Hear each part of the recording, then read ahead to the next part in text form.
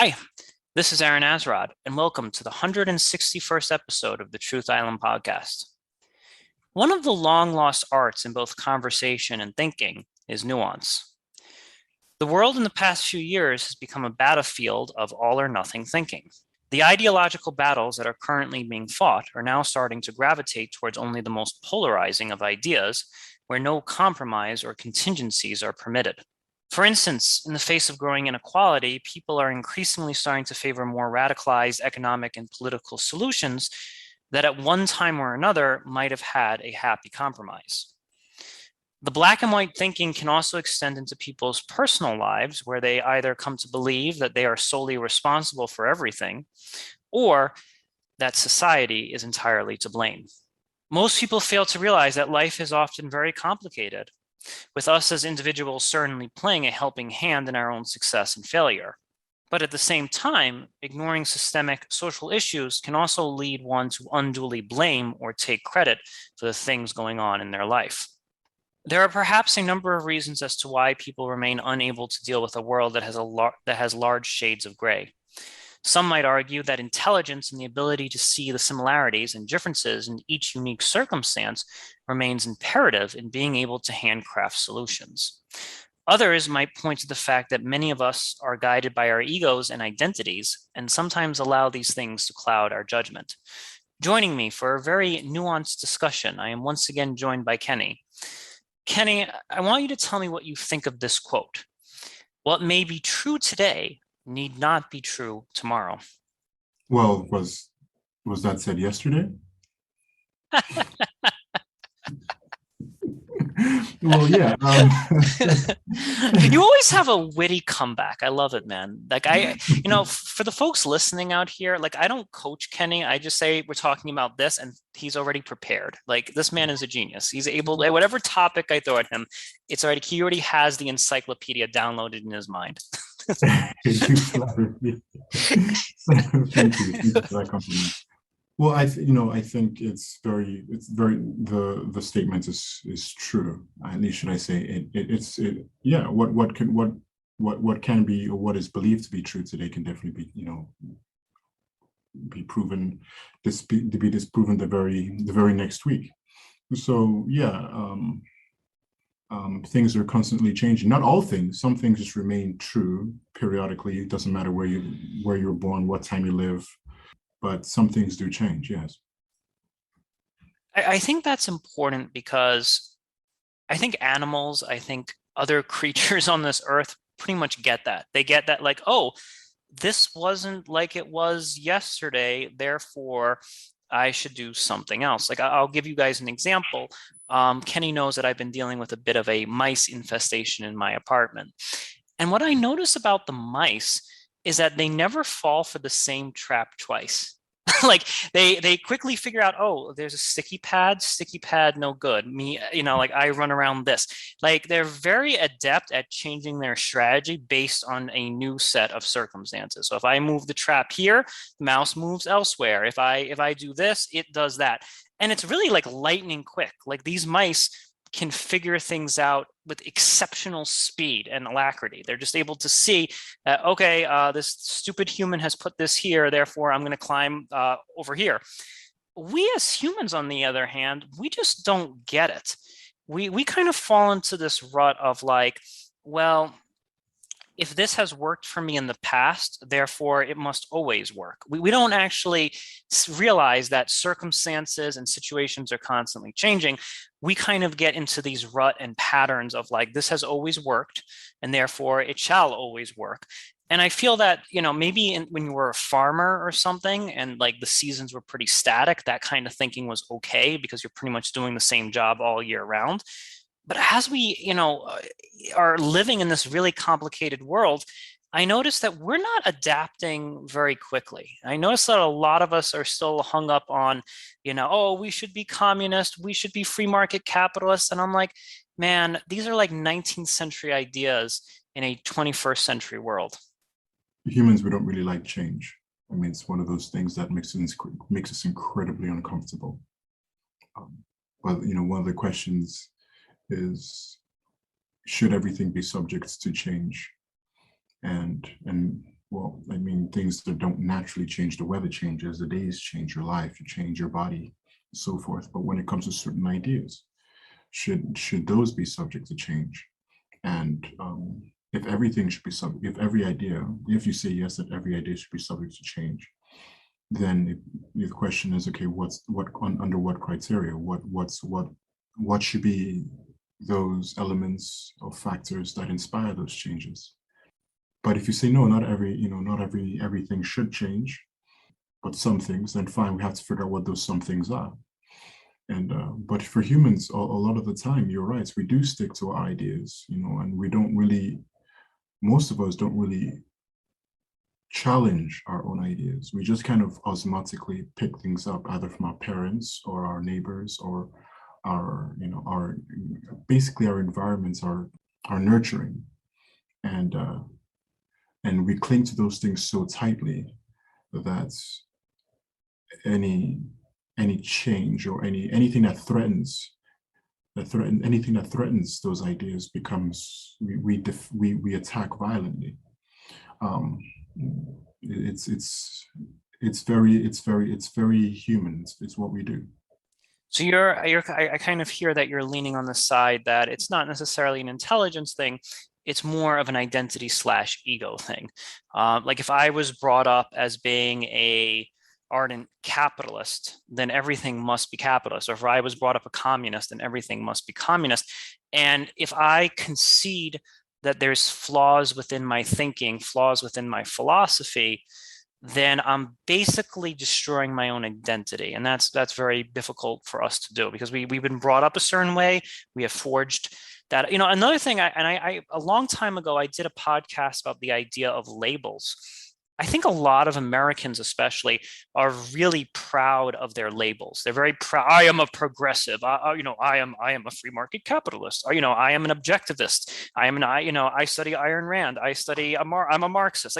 Like us Americans are very proud of our labels. We wear them like sports jackets or motorcycles, like check out my label, I'm a neo-Marxist or whatever. and I Yeah, think that yeah, this is a problem. Like this is an absolute problem because on one hand these labels make you feel good, special, and a part of some kind of unique clique or tribe, but on the other hand, it's destroying your ability to reason. It's destroying your ability to avoid mousetraps. yeah, I can see that. I mean, this is why, one of the things that was written about Benjamin Franklin was that he didn't hold, he says, he didn't hold certain ideas too tightly. He held them with a loose grip. Yes. Um, I just and ordered his biography, by the way, from the library. I've gotten really interested in that. Like for some reason, I was watching like the John Adams series on HBO, and I'm like, I don't care about John Adams. I care about Ben Franklin. That guy looks like he knows what's going down. Ben Franklin was a very interesting character. He and I just finished his biography not too long ago, and I look forward to reading. Next person on my list is Thomas Edison. I From what I've heard about him, he just seems like a very interesting person. But back to it is we hold things very tightly, and we hold things. And here's the thing: is that it is also it's not. I don't think it's just simply an intelligence issue or ego slash identity, because the ego is dealing with something too. When your ego, an ego is like a wall, right? Or it's like a wall with spikes. It's and it only comes up when it's defending something. The ego never comes up to help you out. So let me help you out with my ego. It's always to defend oneself or one's something held in high regard by oneself. And it's usually our how intelligent we are. We always Well, think, it's to defend and also advocate for a certain way of life as well, I would say. Like it's defending the way of life, and then it's also like it's advocating for, if the world is operating in one way, you might be advocating for it to operate in another way. yeah, but anything else can do that too. Reason can do that. Love can do that. But ego doesn't do it for the sake of the thing itself. It does it for the sake of its own personal gain or its own personal attachment to it. So if you're advocating for a certain idea, it's because of your your stake in that idea. Like, Yes, yes. No, it's like, you're no, and um, what's funny is that people will always advocate it for the form of government that will best suit their personal circumstances. You know what I yeah, mean? Like rich people will argue for free market capitalism. Well, why is that? Oh, they're benefiting off of it, right? And poor people yeah, will be like, screw this nonsense, throw the table upside down and like let's get what we want. So people just selfishly do argue for the philosophy that kind of basically will help them the most or make them the most powerful within that system. yes, like, when you're poor, it's like, yeah, tax the rich, tax the rich. And when you gain, like, you stumble across $500,000, and all of a sudden you're rich, you're like, I'm starting to reconsider my position. I think I just don't think it's right that the I've producers matured. I've matured. Yeah. money makes people mature, so to speak, right? you know, I believe in private property. I believe in ownership. So things change under circumstances, and we humans are very interesting when it comes to things like that. So and you find that when you're arguing with people, they often think that my friend and I were discussing about something that he really likes, and I do too. But the reason I say he really likes it is because I have noticed it's very clearly in him that not only does he like it, but he lives by it. He says that when you are talking with someone, or even in an argument where the person is just wiping the floor with you, mopping, using you as a dirty rag, and cleaning things up with you. He says, listen, I've come to the place in my life where I'm really happy when the truth, I'm more interested in rejoicing when the truth is spoken. It doesn't matter who speaks it. So even if that is the case for me, it's not the case for me, because I like when I hear what's true. And I like hearing, I just rejoice. He says it like this: rejoicing in the truth spoken. So, or rejoice, and another thing he says is rejoicing in excellence, and truth is excellence. So, but that's not the case for many of us. Many of us, it's about our pride, and our pride is at stake, and it's usually what we consider to be our level of intelligence. We think that if we lose an argument, we're dumb. Sure, maybe, but does it really matter? The point is simply that we find ourselves often defending things that's simply because our perceived intelligence is on the line, or our reputation, quote unquote, is on the line, and we end up holding on so strongly to something we should have let go of long ago. I love what you're saying, and I've seen that transformation a little bit in myself. I'm sure, like most of us, when I was younger, I was probably more pig-headed and more like, I probably took it more personally, like, oh my God, I'm scarred and bruised.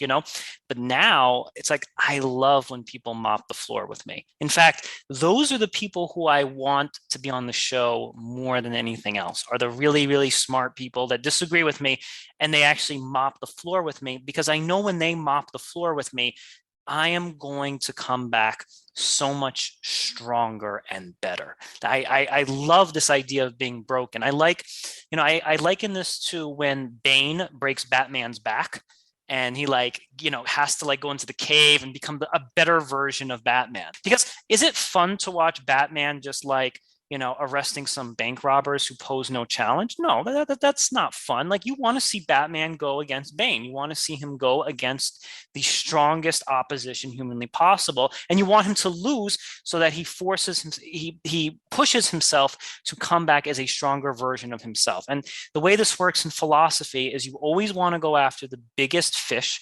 that is presenting the strongest argument. And the goal is not to win. The goal is to argue as strongly as possible and accept defeat if you are in fact defeated, and then rebuild your identity, rebuild your arguments so that they're even stronger moving forward. Yeah, this is one of the important parts about friendship, and surrounding yourself with not only good friends, but friends that challenge you. They're far more equipped to deal with certain things, and you have to learn from them.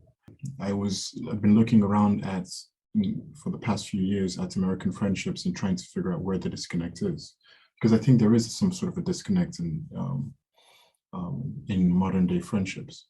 And I realized that I came to conclusion or realization that when young men find these days, when they find people, young men or peers that are better than them at certain things, they don't respect them, they don't admire them. They only seek to cut them down, or they become jealous and walk away, or become bitter, and it becomes a very grotesque relationship of passive aggressive comments and strange things happening.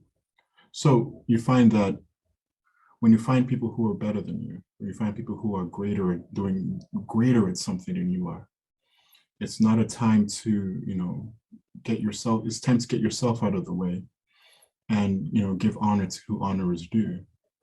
Because at some points, you're going to be good at something too, and they're going to want to learn from you, hopefully.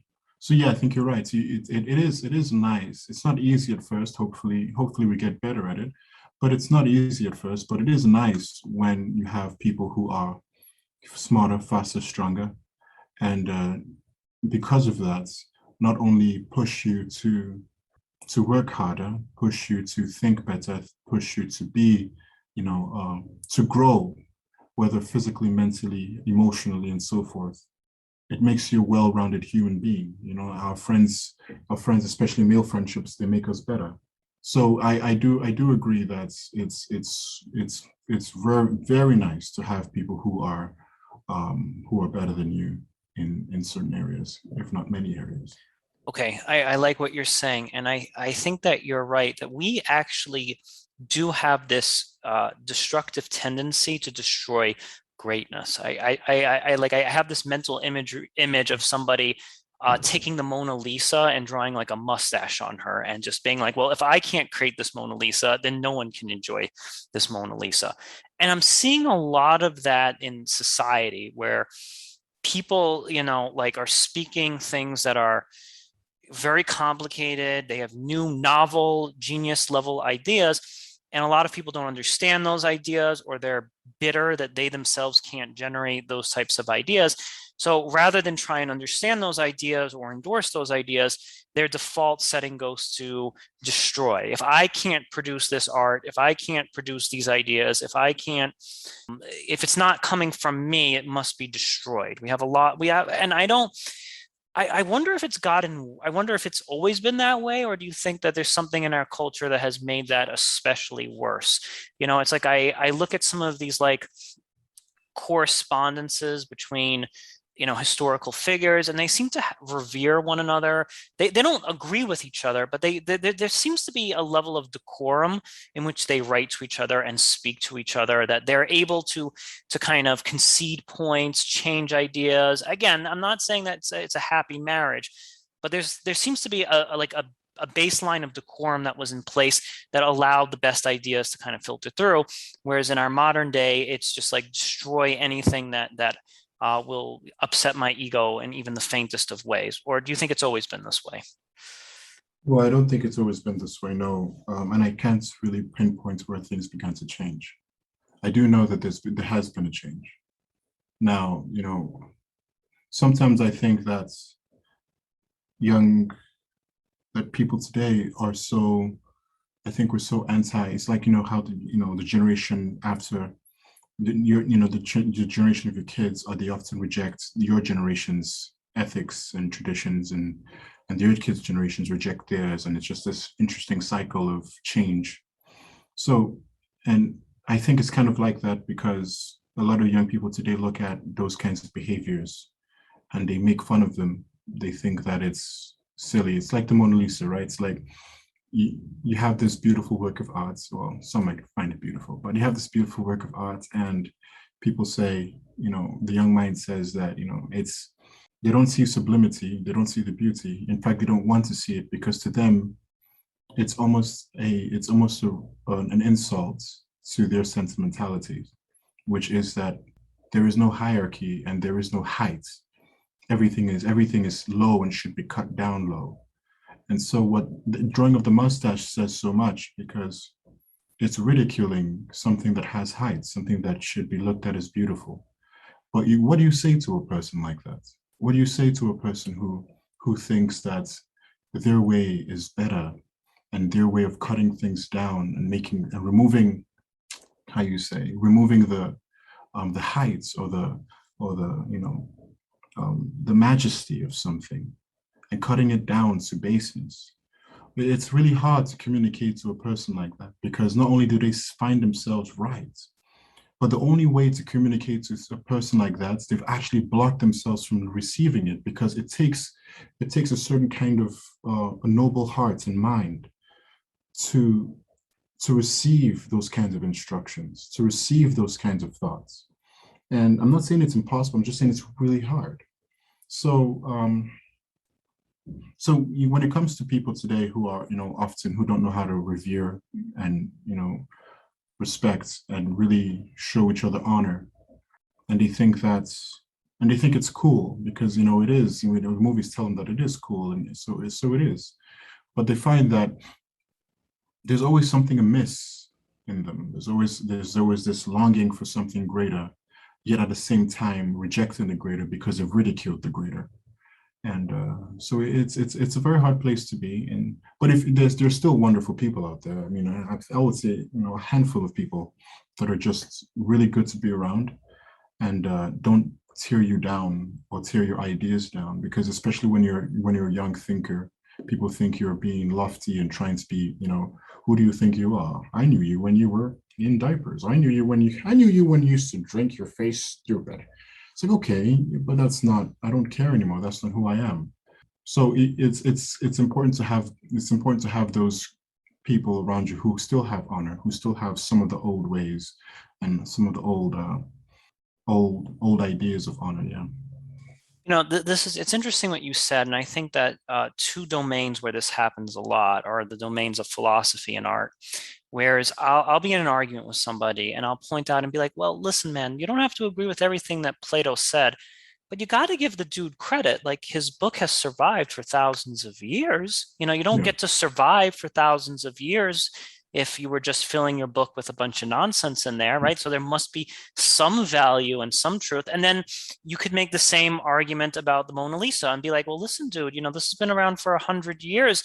And that like modern art exhibition that was there in 2019, no one even remembers that anymore.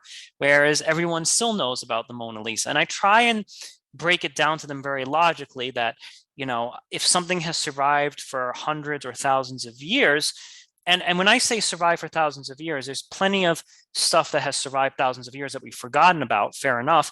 But if something has survived for thousands of years and we still cherish it and still refer to it, there must be something special about it. It's the same thing with Shakespeare. People, I don't understand it. It's just a bunch of, old white men talking about. I'm like, okay, well, just hold on there for a second now. It survived hundreds of years and people are still referring to it. There must be some value towards it. But I think what happens is that, just as you said, people can't step outside of their own ego and appreciate greatness that's emitting from elsewhere. They can't admire external greatness. They can only admire their own internal greatness. Yeah, that's it. And that's where the ego steps in. And you find that anybody with an ego is usually very insecure. So it's an insecure. I was telling, I meet up with a very good friend of mine every Tuesday mornings, we have discussions about all kinds of things. And I was telling him that an insecure man is a coward.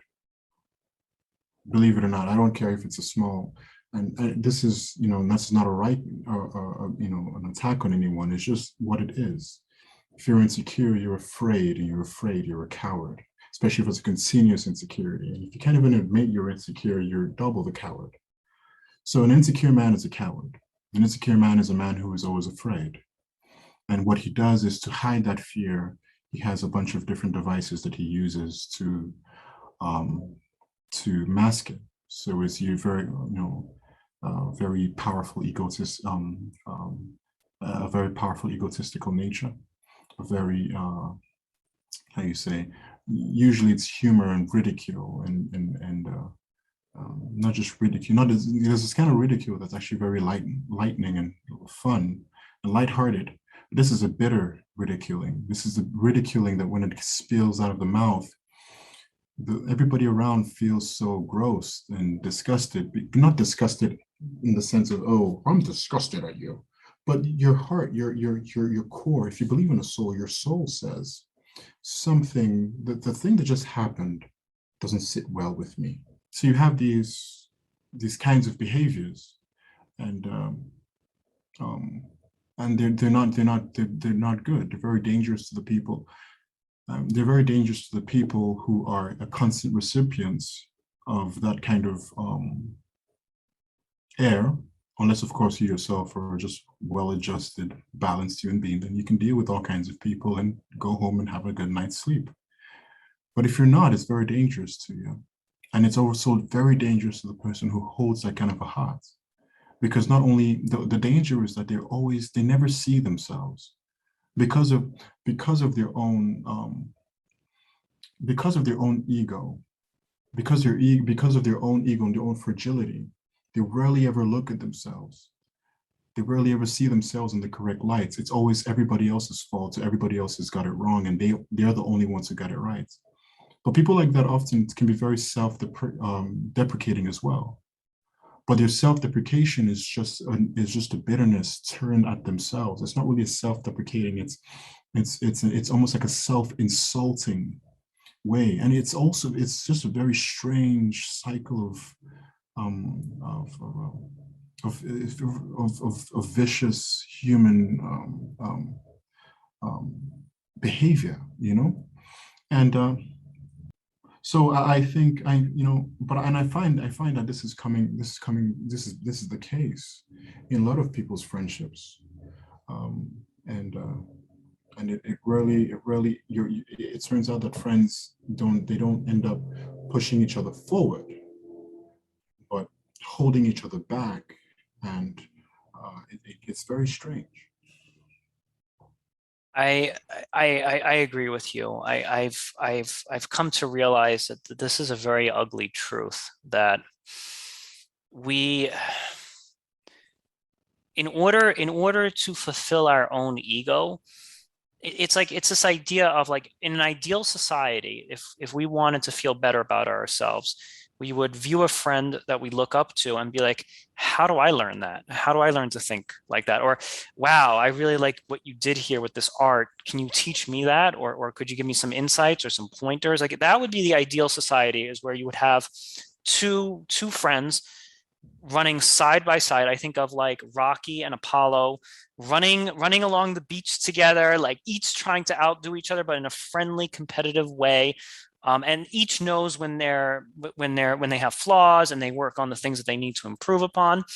But now we've kind of entered this realm of friendship where it's like, well, I can clearly never beat you. So the only way that I can beat you is to tear you down and make you just as mediocre as myself. Like we're never going to be able to solve any big issues in life unless people can step outside of themselves and recognize truth that is not their own truth. That's the only way that we seem to be able to get out of this. Because if we continue down this road of like, I've got the answers and anything else outside of my personal basket of answers is wrong, well, we're going to have like 7 billion people living this way and thinking that each one of those 7 billion people is a special star and that they themselves have the answers. But it's only the stars that can look at other stars that actually make a coherent galaxy, I guess.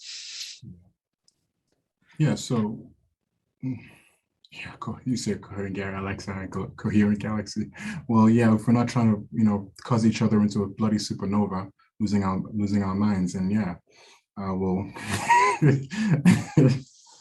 losing our apes. But It's your NASA t-shirt. Kenny's wearing a NASA t-shirt. That makes my mind go to the stars right now. um, yeah, I think it's very interesting to watch. I like being an observer of these things. It's impossible, or should I say, I don't know that it's possible for me to change anything.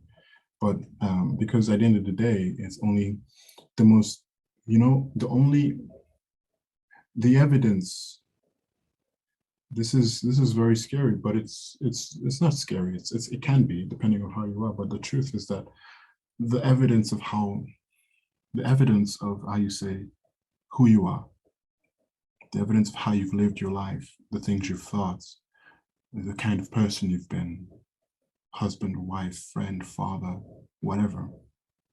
It's not evident in the moments. It's not the fruits, or should I say the end game is not evident in the moment. It's you. It's where the conclusion is beautiful because it's when you're in your 60s. Around your 60s, you find out if you've lived like a person is worth is supposed to live. You know, you find out you're not never supposed to live, but if you've done well in your life, this is not about money. It doesn't matter how rich or poor you are. This is your family. Does your family love you? Your kids, do they look back and say, wow, my dad was amazing? Does your wife say, I married this guy and I'm grateful I married this guy? You know, you have your friends are do they still stick around? Do they still want to see you? You know, is your heart at peace? If you're not at peace in your 60s, that's not a good thing. That's a very hard thing. Yeah, I hear you on this. I have a possible solution to this problem. And maybe this solution requires bringing in lay people to assess truth. And I want you to hear this solution out. Sometimes I notice when you've got two people that are political ideologues and they're arguing with one another, sometimes the solution is to bring in somebody who knows nothing about politics, like a scientist or just a regular person, and let them decide what makes sense to them. And it's not because this person has has done more research or something. It's because they don't have a horse in the game. They don't have hair in the game. So sometimes when two people are arguing about something, bringing in a third outsider, a third person who doesn't have hair in the game, that person is actually able to speak truth just by virtue of it's not their gray horse versus this dark horse. They don't have any, they have nothing to gain or lose, and their ego is not affected anyway because the person just outwardly says, I don't know much about politics, but I like what that guy is saying over there. That seems to make sense. So perhaps there's like a certain level because we're just such vicious ego maniacs. Perhaps we can build some checks and balances where maybe if we have two artists that are arguing like what's the superior piece of art, bring someone into the museum who knows nothing about art and just ask them, well, what art do you like? Why do you like this? You know, and even if they don't have the most sophisticated and articulate vocabulary to describe what they like, they're probably speaking the truth because they have nothing to gain or lose by what it is that they say. Yeah, I mean, I can see that. I mean, I could definitely understand.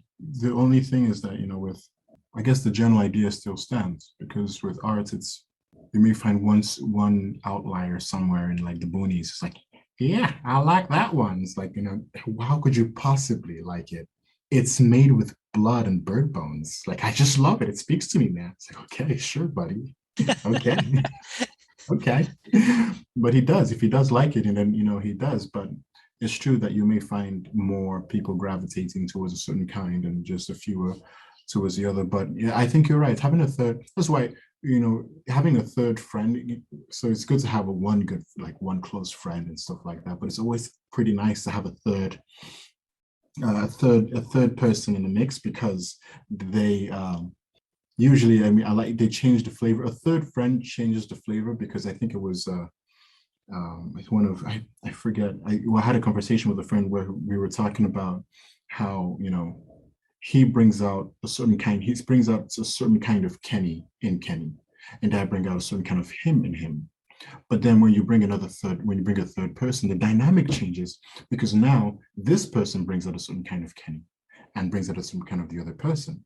And so the enjoyment of the friendship is changed and increased by the addition of a third party.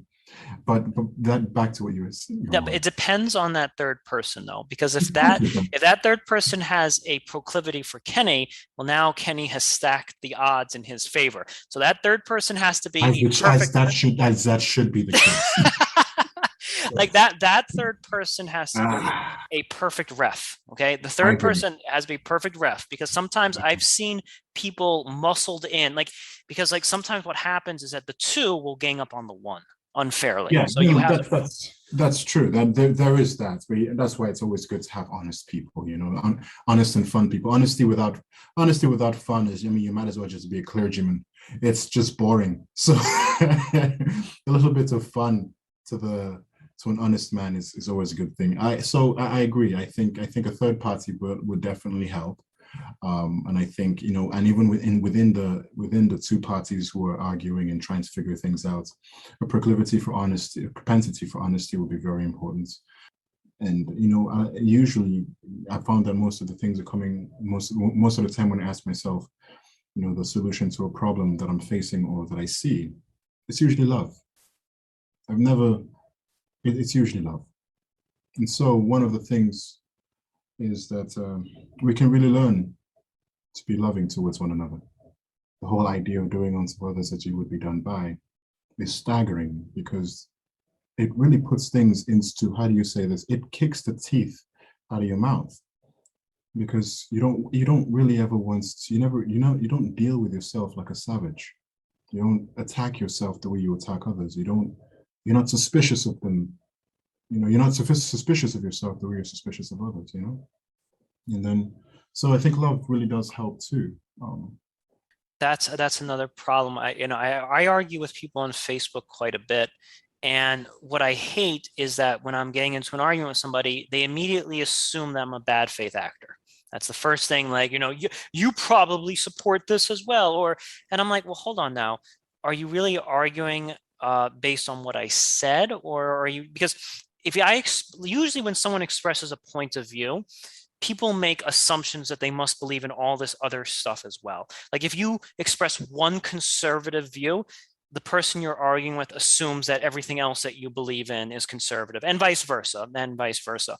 And that's when we immediately ascribe bad faith intentions to the person that we're arguing with. We don't actually just argue on the merits of what they're saying. We automatically assume that they also carry all of this other negative baggage with them. Yeah, yeah. We rarely argue with the man. We argue with our image of the man. So it's not in. Oh, I love that. That's good, man. You put that on a t-shirt. That's really good. I like it. So I think you're right. We don't. We always ascribe more baggage to the person based on what they said or what they're wearing or the tattoos they have. It's interesting. Human interaction is very interesting, and it's one of the most. You can study it for all your life and just have a really good time. Very, very, you can have, I mean, if you're emotional, you can have a very sad time, but there are a lot of good things too. Oh, humans, I love us. Okay, very last thing that I want to talk about. I don't know if we'll finish this in 10 minutes, but here goes. I tend to believe in the idea, and I get this, it's not my idea, it's Plato's idea, Mm. that virtues are constant, but the way that we represent those virtues changes. Now, I'll give you an example of this. Mhm. Justice. Justice is a constant virtue. It's a eternal, we'll call it an eternal virtue. So Mm. I want this world to be just. The virtue itself is eternal. However, what justice looks like has varied dramatically throughout the course of history. So, justice during the French Revolution was chopping some dude's head off. Justice in the 21st century might be a long trial, and then you sit on death row for 20 years and you have like 3 appeals, and then maybe you're sentenced to lethal injection, but then the judge comes in and reduces that to a life sentence. So throughout history, what justice looks like has varied considerably. And I think that Yeah. psychology has played a huge role in this, because we used to believe, oh, it's an eye for an eye, like, Code of Hammurabi is our oldest thing, an eye for an eye. But as we learn more about psychology, as we learn more about emotional traumas, as we learn more about like how someone was raised in childhood and all this other stuff, our idea of justice begins to change dramatically. So I think that human beings can have eternal ideals or eternal virtues such as justice, but the way that justice looks like is going to evolve as we learn more about science and the things that motivate people. How does that sound to you? Well, I think you're right that justice does not the practice of justice. I mean, is often very situational. I'll give you an example of Code of Hammurabi problems. Okay, an eye for an eye. Let's say I deliberately stab out your eye. Hmm. That set of circumstances is quite different than if I accidentally stabbed out your eye. You get what I'm saying, man? So Yeah. right off the bat, like if I was there in Mesopotamia, I'd be like, Mr. Hammurabi, what if it was an honest mistake? Do I also get my eye plucked out, even though it was a total accident that, I accidentally dropped the nail or whatever? So that's an example where context matters. We want justice. Like that guy who had his eye stabbed, whether it was deliberate or accidentally, that guy deserves some form of justice. But the context is going to shape what that justice looks like. Yeah, that makes sense. That's it. That is justice. Justice is not this stoic break of a unchanging law, because then it would be unjust. I mean, not unjust. Sorry, unjust. Because here, if if the eye is gone, let's just say the law just says an eye for an eye, and the eye is gone. Doesn't matter whether it was intentional or not, or accidentally, right? It's like I didn't mean to stab his eye out. It was an accident. I just turned my sword hilt, just whoop, whacked his eye out. I'm like, geez Louise, what am I supposed to do here? I tried putting it back. It didn't work. Even even tried some super glue. No, no. It would be unkind. It would be unkind. It would be unjust to deal out the same exact punishments to the one who did it accidentally as to the one who did it intentionally. But no, so I agree with that. I think that's. But if you can remind me of your first question concerning going back to the justice. Like I think that people have difficulty distinguishing, like they have a virtue and they believe that that virtue should look the same throughout history and that that virtue should look the same within all circumstance. This might actually be an issue of you have to be really sharp and you have to ask a lot of questions and you have to kind of discern the differences between two separate instances. And I think that a lot of people, and I don't, this may not be so much ego, but you just have to be extremely sharp in being able to say, why are you have, like, let's say you have a murder trial. Why is this murder trial different than that murder trial? And you constantly have to be looking for the nuance and the subtle variations and the subtle differences in each of these instances. Whereas I think people have a default setting of being like, well, this thing over here is kind of similar to that, therefore we should just do the same thing. Whereas I think a lot of people are not trained in looking at the minutia details of why this murder situation is like this and that murder situation is like that. And that's where I think people misuse their virtue because they think that justice should always look like this, when in fact every single trial, every single circumstance begets a different remedy. Yeah, I mean, I think that's true, but it's that it takes a lot of imagination and a lot of wisdom to deal with that, to see that. Some people just don't see it. That's why I mean, a lot of people are just very, tell me what to do. Like, okay, the law says, I mean, thank goodness we have laws. The law says this, that's it. Like some of those guys make the best cops and the best judges, but in many cases, they also make the worst cops and the worst judges. I mean, we have situations like, I think I forget, there was a short story once that it's a short story by, ooh, man, he wrote is it the Golden Comb? I forget his name. Oh, Henry? Oh, Henry. Mm. Oh, Henry. I love that Love, name. I love his name, by the way. Oh, love, Henry. Oh, oh, Henry. oh, Henry. Oh, Henry. I like it. Very strong name. Oh, Henry. So there was a situation where he writes about this bank robber who was being chased by this hound dog of a detective, and he catches up to it. He's been on his trail for a long time. The robber does what he does. He robs a bank. disappears for a couple of years, and later the detective finds a man who looks like him and starts following that man around just to make see whether or not it is him. And but the man's like, he's living a different life. He has like he's working, he's about to marry a young lady, uh, and so forth. And a situation occurs where he has the opportunity to catch him perfectly, right? So he the bank robber, he finds that it is the bank robber.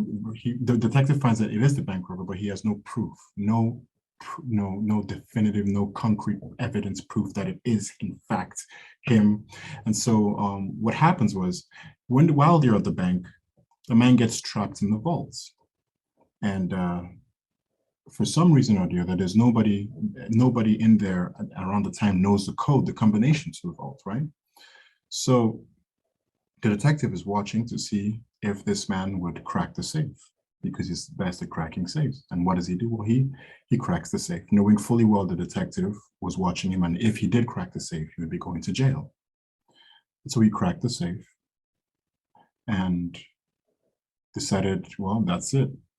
Turns to the detective and says, well, I guess now you have your proof. You can take me in now. And the man he says to him, basically says, I have no idea what you're talking about, and walks away. So he basically lets him go because he's seen that the man's life has changed. Now, I'm not saying that that's perfect. That's a perfect representation of justice, because justice would be a lot of it, paying back a lot of the money you stole. And if you did anything more than that, there would have to be some rectification, whatever. But the point is that to hold something, there's certain kind of minds that can hold things loosely enough and make those calculations in real time, because justice and mercy are not so far from one another.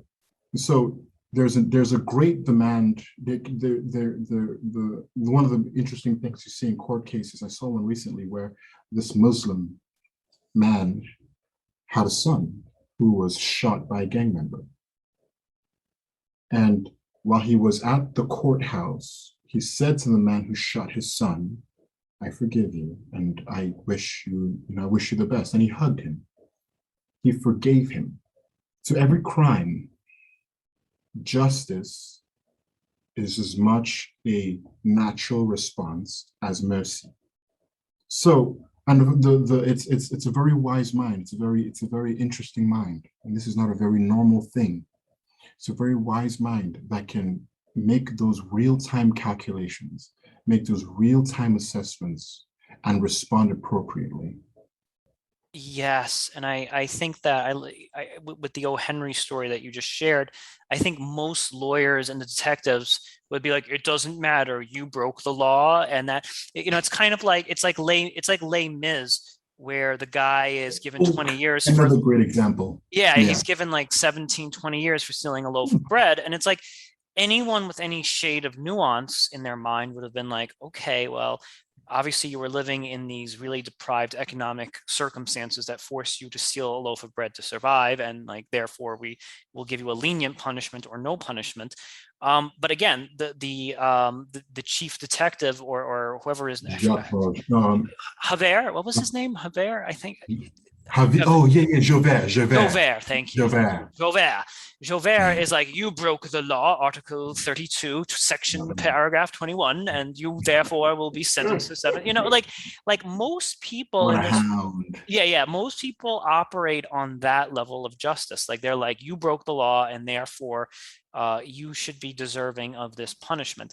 And you have to be a fairly nuanced, and you also have to be you have to be spontaneous, you have to be nuanced, you have to recalculate. Like I think of a GPS in your car, where that when you make a wrong turn, the GPS says recalculating. There's a faster route here. Most people aren't like that. They're just like, you broke law, you get punishment, and the GPS in their mind doesn't recalibrate. And I don't know if that's necessarily an identity/ego issue. It could be, but I think a lot of it is just not quickly enough calibrating to the nuance and the caveats within those particular circumstances. Yeah, I but my GPS just yells at me. Have the Mr. T GPS. Turn around, fool! Turn around! but no, I'm just I don't have the Mr. T. I wish I did though. Or the Snoop Dogg. You are here, so the yeah, it takes a lot of imagination. This is why this is part of what a proper education does. There are two types of education. There's there's a very well-known education, go to school, read books, and blah, blah, blah, blah. But I don't even consider that a real education. But if it can accomplish something in you, that's beautiful and that's good. But the true type of education is learning about your world, and not just learning the information about your world, but learning the systematic, how you say, the foundational, the deep magic of your world, in the sense of how you say, knowing how things fit together, learning what to love and why you should love it, learning what to detest and why you should detest it. I think that's what I think Aristotle said that. But there's another type of education, and this one is tricky, and I'm not really going to go into it. I'm just going to say it. It's a backwards education. It's an education that works behind that education. I'm not even going to go into that. If anybody understands what I mean, please let it be beneficial to you. Like But deductive if you don't, reasoning? no. But it is that it is like that. But the point is that that's what education does. Is that it really expands the horizons of the mind and of the heart. There's nothing. There's if you read Les Miserables, and you say to yourself, man, that situation there, I don't ever want to treat anyone like Javert treated those two people. I never want to do that. There's your heart, there's an education being done to your heart there. And some people would have never thought about that until they had recognized it in another character. Fiction does this to us all the time. We rarely want to be like the villains. Well, we all, and some these days we really want to be like the good guys.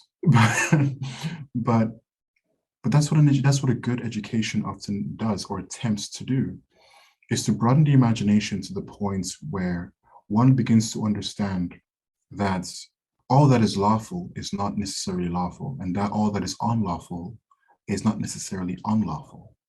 And you learn how to deal with this life in a beautiful way. I think you made another compelling argument for the importance of the arts, because I think that our education system rocks at creating scientists, and it rocks at creating people who master a set of facts. But how they apply those set of facts, and how they have the imagination to imagine those facts in a multitude of different circumstances, is actually something that's better done in fiction. Because I think in fiction, you're able to create very complex characters with multiple motivations and multiple circumstances. Whereas a lawyer doesn't really have that imagination. The lawyer just knows the law. I'm not going to make them into robots. They're not complete. Like, lawyers are smart people. No, They're of not they're course not not. yeah, they're not complete dummies. But I think fiction allows you to have a set of laws, and then create instances and create circumstances where those laws might be unjust given this set of circumstance or these given parameters. And that's something that a lawyer just doesn't have time to do. They don't have time to imagine, well, what if there was a young man that was living in this neighborhood, and like, they don't, the lawyer is just not going through all of those hypotheticals. They're just like, well, this person broke this law and we got to do what we got to do. End of story. That's where a society that is rich in nuanced art comes into play. And that's why art is so important. And I think that if we had a culture that had richer art, better novels, better and more nuanced character development, it would actually strengthen us and enable us to think a lot better and be able to kind of deal with a lot of the shades of gray that we have in this world. I think we're going to leave it there, Kenny. It's been a great time. Thank you very much. This concludes the 161st episode of the Truth Island podcast. I'm Aaron Azrod.